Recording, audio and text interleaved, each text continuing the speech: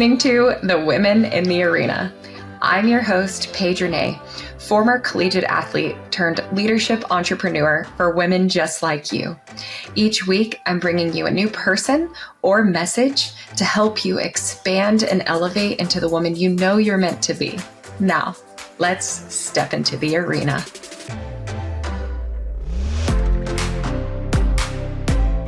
You guys, I don't know if you've been seeing this all over social media, but there is this trend about it being November, with the emphasis on the no part and saying no to things that are draining you of your time and energy and that just aren't serving you. And so that made me think about the topic that I'm sharing with you guys today, which is the thing that leaders don't do. So essentially it's saying no to some of these things. So we're going to go through that.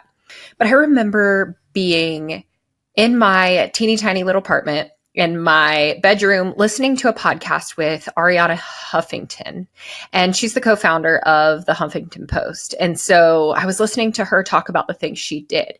And at the time, I was just so excited to learn and almost like obsessed with hearing what successful people were doing and how they were moving about their day and the things that they were doing, because it just really put me in that space and that energy, and I thought I would be there someday. And so I remember her talking about a lot of things that she did, like meditation, journaling, working out, reading, and delegating. And I remember thinking, oh my gosh, if I want to be a successful business owner, if I want to be on a big stage someday, I need to do just kind of like a facelift of my whole routine. And I need to add all of these things in. I need to be journaling. I need to be walking. I need to be meditating. I need to be doing all of these things. And the thing that I didn't consider was the thing that very successful people or leaders don't do, or the things that they don't do. And again, because I've been seeing those trends on social media, I thought this would be the perfect time to share a few of these with you. So I have a couple that I'm sharing, and I have some examples that I think are going to be really relevant for you, especially as a female leader and a high achiever. And so the first one is leaders don't neglect their mental, physical, or emotional well-being. It's just not something that they do. So I was in a conversation recently with one of my one-on-one clients, and she was going through a really tough time. It was a tough season for her. And in this call, she was particularly kind of stressed and overwhelmed. And she said it hadn't been a great week. And so I went back to 4 things that she had shared with me that really ground her. And those 4 things for her were having fun, her alone and prayer time, her movement, how she moved her body, and then how she ate and how she was eating intentionally.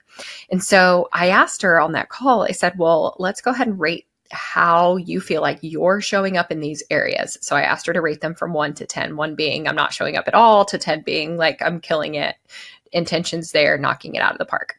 And no surprise that most of those categories were very, very low. And so I share this because it is an indicator that usually when you're not feeling your best, there's probably some things that make you feel good that you're just neglecting.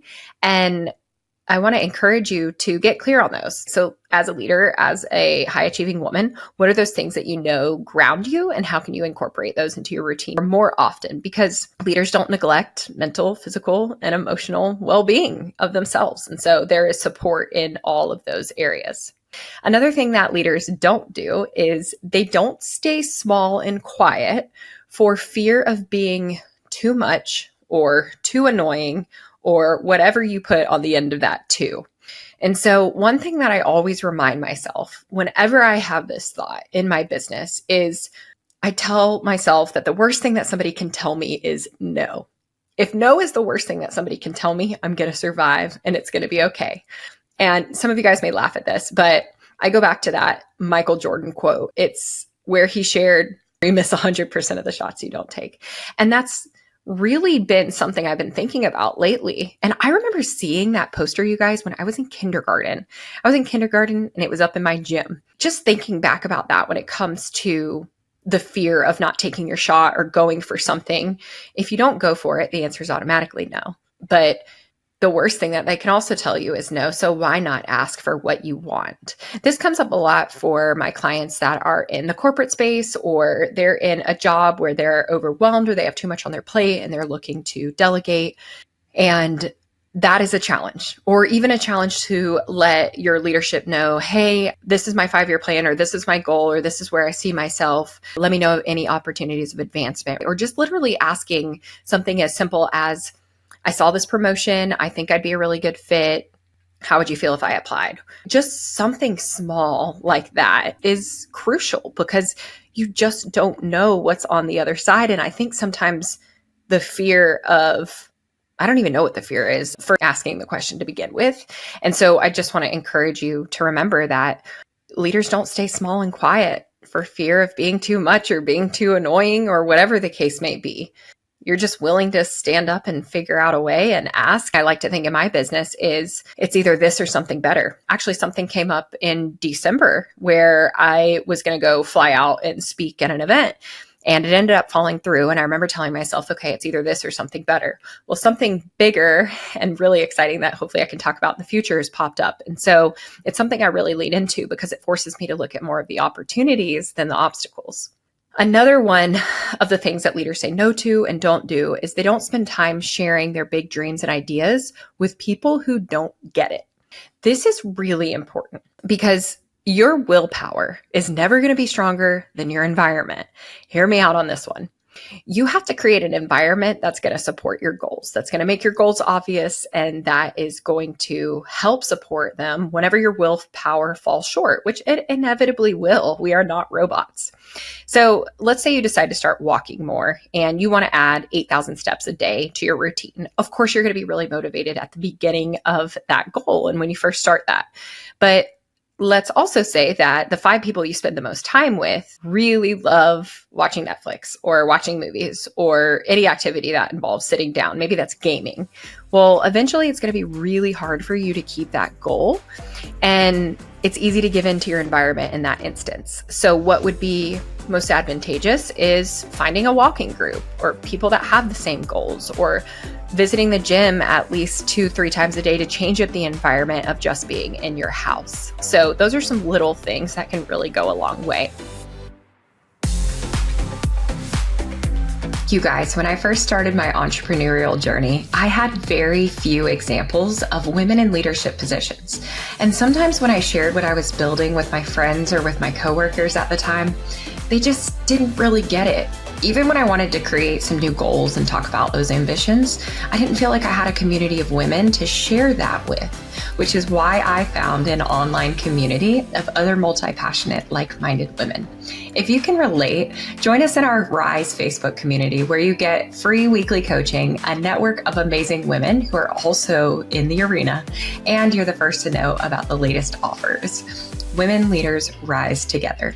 See you inside our Rise Facebook community. You can find the link in the show notes. Next is don't expect overnight success. I don't think leaders expect overnight success. They understand the big picture vision for what they're creating or the life that they're building. Leaders don't neglect or overlook the small wins because they know that they lead to bigger wins. So when you want to create a better work-life balance, for example, and establish more fun and more of a social life, it's a win when you ask to join a church group. It's a win when you pick up the phone and call a friend that you hadn't talked to in a while. It's a win when you strike up conversation with somebody that you see in the gym that you just don't talk to very often. All of these little wins will lead to a big win. And I know that's a silly example, but I want you to think about it in terms of what you'd like to create in your life and what wins you can acknowledge, because let me tell you, guilt and shame aren't going to get you anywhere. They don't create change. And so it is perfectly okay for you to be very thankful for where you're at and, emphasis on the and, excited for where you're going. And so when you acknowledge those little wins, they're going to lead to big wins. The compound effect of all of those little incremental wins is going to build to something big over time, and it's going to create the result that you want. So again, leaders do not expect overnight success in that area. And then the last one is that leaders don't try to do it all. Listen to that one again. Leaders do not try to do it all. You can have it all, but you can't do it all at once. And here's what's happening when you try. you get burnout, you get overwhelmed, you get fed up, and you end up in this decision paralysis where you're just in survival mode and you're not moving forward because you're trying to do so many things instead of focus your effort in one area this day and maybe one area that day, or deciding to move your time and move your focus in different directions that's going to help you instead of hold you back. So when you try to think about too many things at once, it causes this paralysis and you're not even taking a step in any direction, really. Delegating is a really big part of this. This is honestly something that I'm really working on in my life. I mean, when I plan these episodes to share with you guys, it always serves as a fun reminder for myself. Like, I'm slowly getting better at delegating in my business by adding to my team and asking for help when I need it, because asking for help isn't weak. And it doesn't convey the message that you can't handle a lot of responsibility. It's actually the opposite. It shows that you're smart and it allows you to use energy in the ways that you need it for other projects. So as always, I want to know which one of these things that leaders don't do lands with you. What are you saying no to in November and practicing? I love hearing from you guys. Please leave a review if you like this episode, share it, or DM me on Instagram, and I hope you have an awesome week.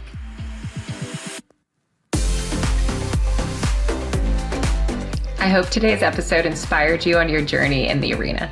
Make sure to check out the show notes in the description for a rundown of today's show with all the important links. If you enjoyed this, please share with a friend. I know how much it means to me when my friends share podcasts. Leave us a review and let us know it landed with you over on Instagram at Paige_Renee15.